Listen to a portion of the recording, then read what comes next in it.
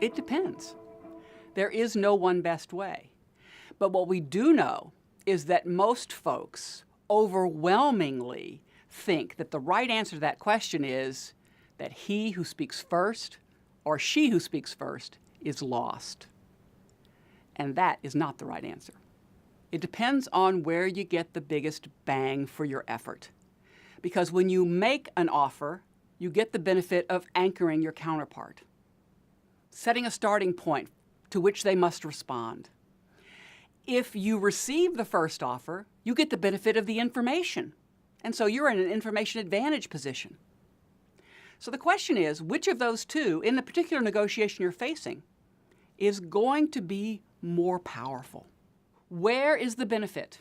Is the benefit from setting the anchor, or is the benefit from getting the information? One piece of the answer to that is, how prepared are you for the negotiation? And another important piece is, how prepared is your counterpart? Because that will begin to give you insight into which of the strategies is the right one for a particular negotiation.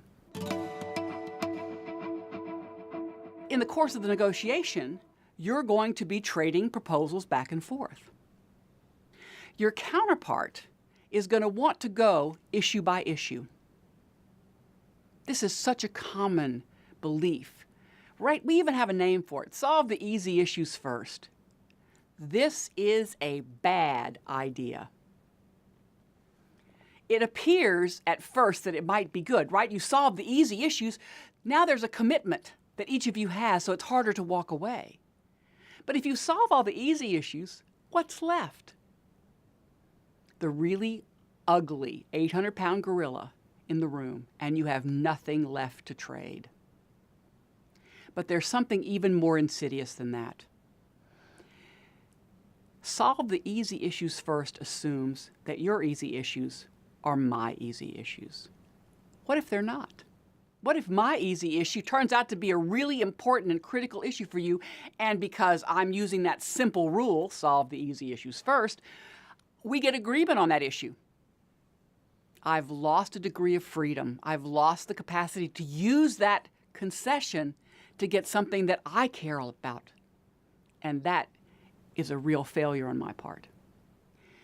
What's going to happen in negotiation is I want you to focus on negotiating at the package level, not at the issue level. And then, once you have that package, what's going to happen is your counterparts are going to try to break it apart to go issue by issue. You need to resist that.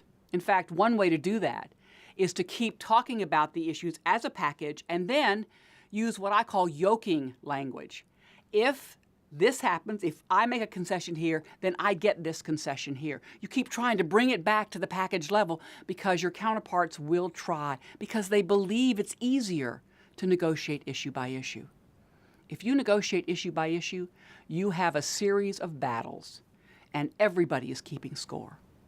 If you negotiate at the package level, it's a proposal that we can craft to make us both better off, to find that solution space where I'm better off and you are whole or better off. But it's the package that does that. Otherwise, we're just going through one battle after another.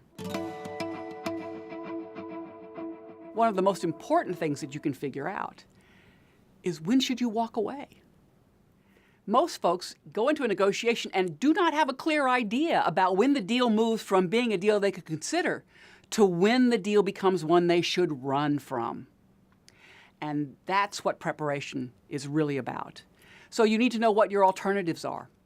What happens to you if there were no agreement? What's your bottom line? What's the point of indifference between saying yes and walking away? And then, something that most people don't think about, what's your aspiration? What is an optimistic assessment of what you could achieve in this negotiation? And that is so important. And so many people don't even consider what's possible.